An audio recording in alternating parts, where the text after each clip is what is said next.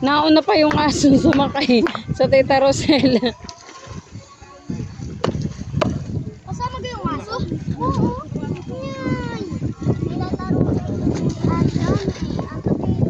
Hoy anak, madulas yan. O, pahawakin mo.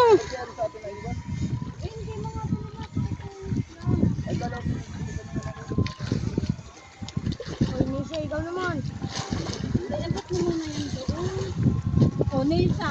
Kargado po ang aming bangka.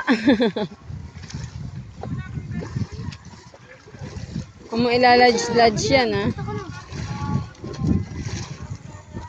Wala. Nisha, ikaw.